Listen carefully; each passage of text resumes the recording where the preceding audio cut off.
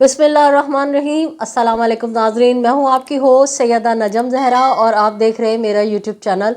उम्मीद करती हूँ कि साल का पहला दिन आपने अपनी फैमिली के साथ खुशियों के साथ गुजारा होगा और मेरी भी दुआ है कि परवरदिगार आलम अपना रहम और करम आप सब पर बनाए रखे, इलाही आमीन। नाज़रीन, बात करूँगी मैं आपसे औरंगी टाउन मोमिनाबाद का, जो मैंने एक केस आपके सामने लाई थी, एक स्टोरी ब्रेक की थी, उस हवाले से। नाजरीन, जैसा कि मैंने आपको बताया था कि एक साहब जो गुड ट्रांसपोर्टर हैं, उनको जो है धोखे से बुलाया पुलिस ने और उनको अगवा कर लिया। उनको 20 तारीख की रात को अगवा किया गया था और उसके बाद 4 दिन तक उन पे तशद्दुद होता रहा और फिर 24 तारीख को रात 1 बजे उस शख्स को उसके ससुराल में लेकर आए, क्योंकि उसकी बीवी जो है वो अपने मैके में रहने आई हुई थी। सिंध पुलिस, जो कि हैदराबाद की बताई जा रही है, वो कई पुलिस मोबाइलों पे और प्राइवेट कारों में और वीगोज़ में, काले शीशे वाली वीगोज़ में, सिविलियन ड्रेस में और वर्दी में पुलिस वाले आते हैं। रात के 1 बजे उनके घर का दरवाज़ा तोड़ते हैं, चादर चार दीवारी का तकद्दुस पामाल करते हैं और उस शख्स से बार बार मार के पूछते हैं, बता तेरी बीवी कौन सी है, तेरी बीवी कौन सी है। और उसकी जो सालियाँ हैं और जो उसके बुज़ुर्ग सास हैं, उनको बाकायदा मारा गया और फिर बालों से घसीट के उनको पुलिस जो है वो अगवा करके ले गई। और वो ख़वातीन जो हैं दुहाई देती रहीं कि हम पर्दादार लोग हैं, हमें ऐसे ना लेके जाओ, हमें कम अज़ कम बुरखा पहनने दो। तो कहा कोई बुरखा नहीं पहनने दिया जाएगा और मुंह पे तमाचे मार के। जबकि मैंने छोटे बच्चों से भी आपको जो इंटरव्यू मैंने उन लोगों का लिया था वो मैंने उनसे बात कराई थी कि छोटे बच्चों के मुंह पे भी तमाचे मारे और जब वो उनके पैरों में पड़ने लगे तो उनको धक्के देते हुए वो 2 ख़वातीन, जिनमें एक 65 साल शुगर की मरीज़ बुज़ुर्ग खातून है और एक 5 बच्चों की माँ है, उसको वो अपने साथ ले गए।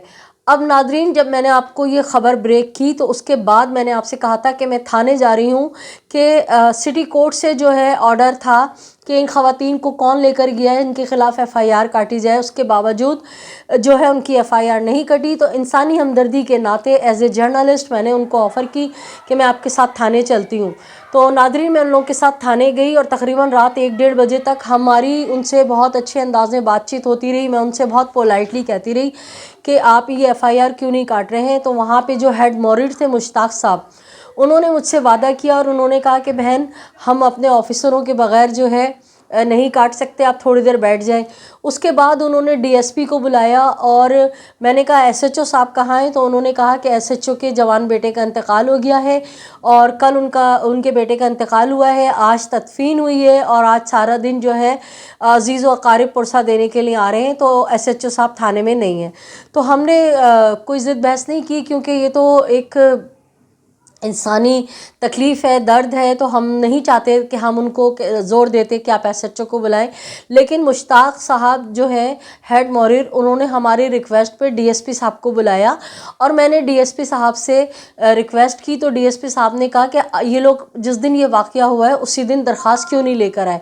तो मैंने कहा वो आपका ऑफिसर बैठा है जो इनके घर जाके ये लोग आए थे और ये आए थे दरख्वास्त लेके और आपका बंदा इनके घर गया है, उसने अहले महल्ला से भी बयान लिए हैं और उसने CCTV फुटेज भी वहाँ से गायब करा दी है। जो एक ही मेडिकल स्टोर पे लगी हुई थी, वो CCTV फुटेज भी वो निकाल के ले गया। और अभी उसने मुझसे ख़ुद कहा है कि मैं गया था इनके महल्ले से, तमाम मोहल्ले वाले भी जो हैं वो यही कह रहे हैं कि इनके साथ जुल्म हुआ है, इनके घर की औरतों को क्यों लेके गए। अगर कोई मसला था तो मर्द के साथ था और मर्द को तो आपने पहले ही अगवा किया हुआ है, आप भले उसके ऊपर FIR कटाओ, मुकदमा करो और उसको अदालतों में घसीटो अगर आपका कोई इससे लेना देना, मगर घर की पर्दादार ख़वातीन को क्यों लेकर गए।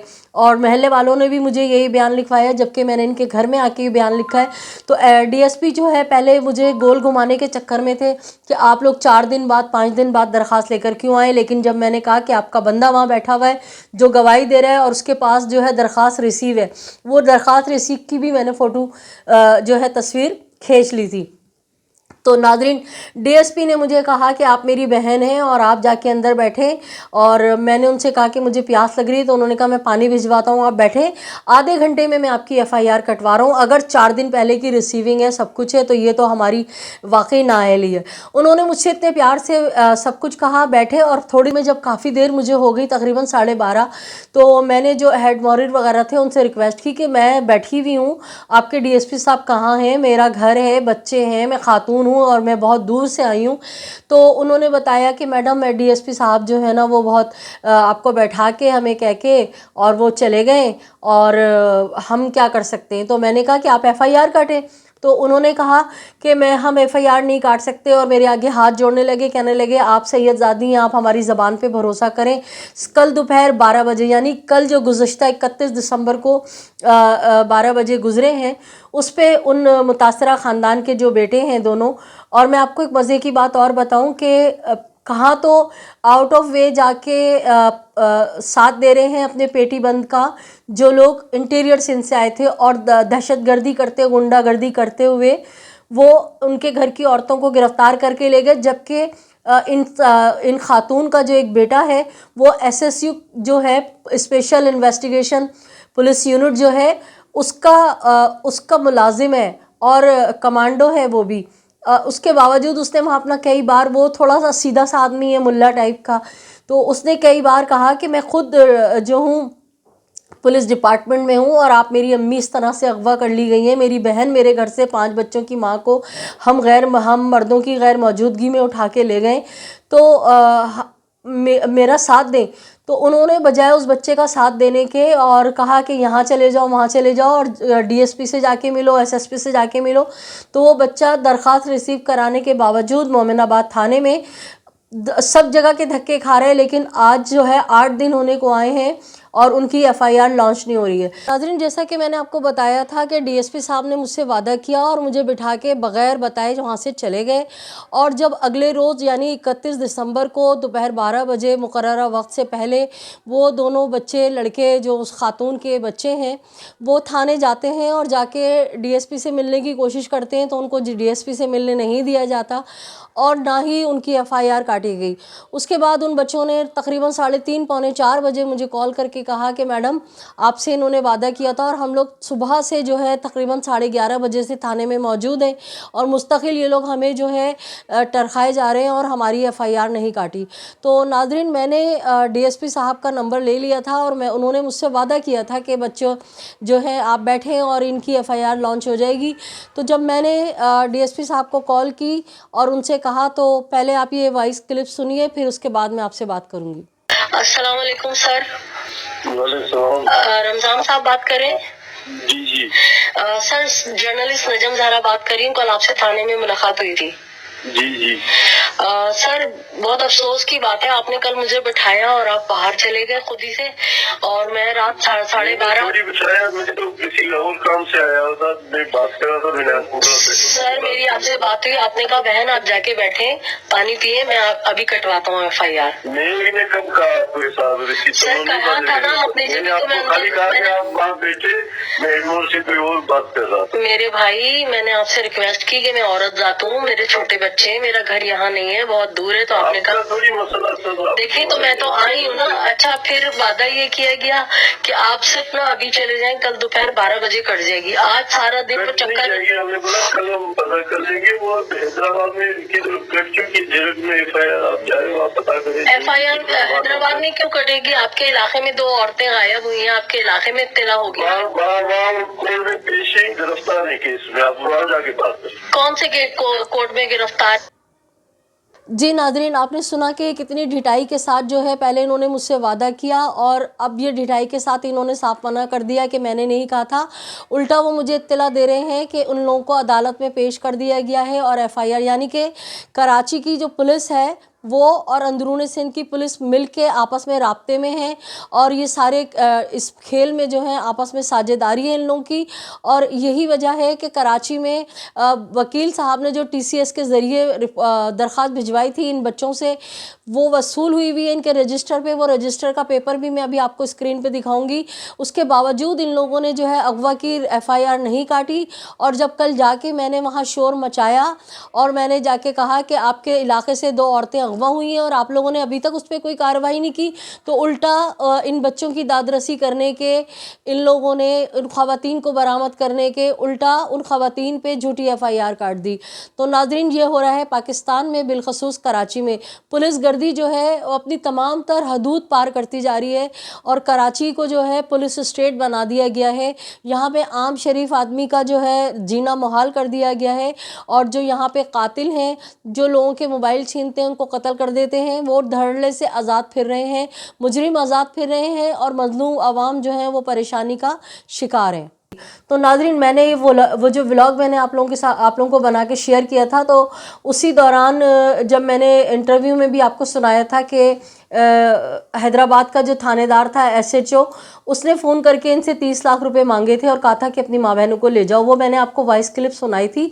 उसका असर ये हुआ कि जब इन्होंने देखा कि बात मीडिया में चली गई है, तो उन्होंने बजाय इसके कि इस मुतासरा ख़ानदान के बेटों के मदियत में उनकी माँ और बहन के लिए FIR काटते, कल उन्होंने जब ये कंफर्म हो गया कि अब बात बाहर निकल गई है, मीडिया पे चली गई है, तो उन्होंने कल ठट्टा से आगे कोई थाना है वहाँ पे उन ख़वातीन के ऊपर झूठी FIR काटी है और उनके ऊपर चर्च के और पता नहीं काय के इक़दामात लगाएं।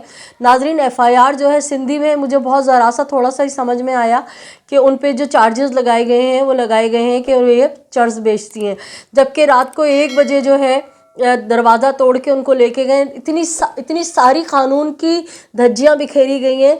मोमिनाबाद थाना पुलिस जो है अंदरून सिंध से पुलिस मोबाइल आती है, इस थाने को इन्फॉर्म भी नहीं करती है, जबकि आपको पता है लॉ है कि एक इलाके से दूसरे इलाके में भी अगर पुलिस किसी को पकड़ने जाती है तो पहले वो मुताल्लिका थाने में इत्तला देते हैं, उसके बाद वहाँ जाके ख़ुद पेश होते हैं, फिर वहाँ का जो ऑफिसर होता है उसको बताया जाता है कि आपके इलाके से हमें फ़लाँ मुजरिम को, फ़लाँ बंदे को उठाना है। तो वो SHO या जो DSP वगैरह होते हैं इलाके के, वो इजाज़त देते हैं और ना सिर्फ इजाज़त देते हैं बल्कि अपनी पुलिस मोबाइल अपनी नफरी इनके साथ भेजते हैं कि आप इनके साथ जाएँ, इनको गलियाँ पता है, इनको पता है कहाँ पर पड़ेगा ये घर। तो ये डायरेक्ट आते हैं, ना इन्होंने थाने में इत्तला दी है, ना इन्होंने किसी किस्म का कोई वारंट दिखाया है, ना कुछ किया है। रात को बाकायदा इतना लोहे का मजबूत दरवाज़ा तोड़ के घर में घुसे हैं डाकुओं की तरह। कुछ वर्दी वाले थे और कुछ बग़ैर वर्दी के, और ख़वातीन को बालों से पकड़ के घसीट के ले जाते हुए। कोई एक लेडी सर्चल भी नहीं थी, कोई एक लेडी पुलिस वाली नहीं थी उनके साथ, और वो उस बेदर्दी से लेके चले गए। और मोमिनाबाद पुलिस थाना जो है मुझसे वादा कर रहा था कि 12 बजे FIR काटेंगे, फिर भी उन्होंने FIR नहीं काटी। उल्टा उन मजलूम ख़वातीन के ख़िलाफ़ जो है झूठी FIR लॉन्च हो गई। अब उनके बच्चे जो हैं वो इतने परेशान फिर रहे हैं और वो मुझसे कह रहे हैं कि आप एक बार और हमारे साथ थाने चलें। तो नाज़रीन, मैं भी कोशिश करूँगी कि आपको ये व्लॉग शेयर करके इसके बाद मैं मोमिनाबाद थाने जाऊँ और देखती हूँ कि वो लोग क्या बहाना करते हैं। FIR तो मुझे नहीं लगता कि वो मेरे कहने से काटेंगे, जिस तरह दीदा दिलेरी से वो अपने उन पेटी बंदों को, जबकि एक बच्चा जो खुद पुलिस वाला है उसको ये लोग तहफ़्फ़ुज़ नहीं दे रहे, उसका साथ नहीं दे रहे। तो नाज़रीन, ये बड़ा जुल्म है और इंतहाई घटियापन है पुलिस वालों का कि मजलूमों की, भाई अगर उन्होंने फ़र्ज़ करें काट दी है FIR, तो आप इन लोगों की तरफ से काटें जिनको ये नामज़द कर रहे हैं, जिनका इन्होंने पुलिस मोबाइलों के और गाड़ियों के नंबर दिए, आप उनका काटें। लेकिन ये कह रहे हैं कि उन पुलिस वालों का जिक्र करेंगे तो हम FIR नहीं काटेंगे। तो जब लेकर ही पुलिस वाले गए हैं, अंदरूनी सिंध से पुलिस आई है और बिना बताए आए, आपके थाने में एंट्री भी नहीं कराई है, तो पुलिस वाले ही तो मद्दे मुकाबिल हैं, उन्हीं के ख़िलाफ़ FIR कटेगी। तो बहरहाल नाज़रीन, ये जुल्म हो रहा है। और मैं आपको ये भी बताएं कि कानून है कि अगर किसी औरत को अव्वल तो रात में पकड़ते नहीं हैं, पाकिस्तान के कानून में रात को पकड़ना मना है। और बहालत मजबूरी अगर आपने किसी औरत को गिरफ्तार कर भी लिया है, उसके लिए आपको वारंट होते हैं, सर्च वारंट होते हैं, एक लेडी सर्चल होती है। इनमें से एक चीज़ भी इन लोगों के पास नहीं थी। फिर अगर आप ले भी जाते हैं ना किसी को, अगर ये दादागिरी की तरह लेकर गए, तो उसका 24 घंटे के अंदर अंदर उसे अदालत में पेश करना होता है। और जब मैंने कल जाके व्लॉग बनाया है परसों रात और मैंने इंटरव्यू लिया है, तो उसके बाद उन्होंने अब 7 दिन बाद उन ख़वातीन को जो है झूठे मुकदमे में पेश किया है, जबकि अदालत में उनको अभी भी नहीं पेश किया है और झूठी सिर्फ FIR काटी है। तो नाज़रीन, इस जुल्म के ख़िलाफ़ आपसे मेरी इल्तिजा है कि मेरे साथ खड़े हों, आवाज़ हक बुलंद कीजिए। और अगर हम लोग खामोश रहे तो यकीन कीजिए कि हमारे घरों में भी इसी तरह से दंदनाते आएंगे और हमारे घर की ख़वातीन को भी इसी तरह से उठा के ले जाएंगे। मेरे तो रोंगटे काँप रहे हैं कि पाकिस्तान में आगे बिलखसूस कराची में होने क्या जा रहा है कि ना चादर चार दीवारी का तहफ़्फ़ुज़ है और कोई किसी का साथ नहीं दे रहा, कोई किसी के लिए आवाज़ बुलंद नहीं कर रहा। सब लोग खामोशी से देखते हैं और बस अफसोस करके रह जाते हैं। तो आपसे दरख्वास्त है कि अगर आपने मेरे चैनल को अभी तक सब्सक्राइब नहीं किया है तो मेरे चैनल को सब्सक्राइब कीजिए, लाइक कीजिए, कमेंट कीजिए और शेयर कीजिए। और नाज़रीन, अगर आपको लगता है कि नजम ज़हरा एक अच्छा काम कर रही है तो आप अपने दोस्त अहबाब से रिक्वेस्ट कीजिए कि वो मेरे हाथ मजबूत करें और मेरे चैनल को सब्सक्राइब करें। और जितना ज़्यादा हम मिलकर इस चीज़ को शेयर करेंगे तो यकीनन हम मज़लूमों के लिए आवाज़ उठाने में कामयाब हो जाएंगे। अपने अतराफ़ में बसने वालों का बहुत सा ख्याल रखिएगा, जालिम से नफ़रत कीजिए, मज़लूम का साथ दीजिए। अल्लाह निगहबान, पाकिस्तान जिंदाबाद।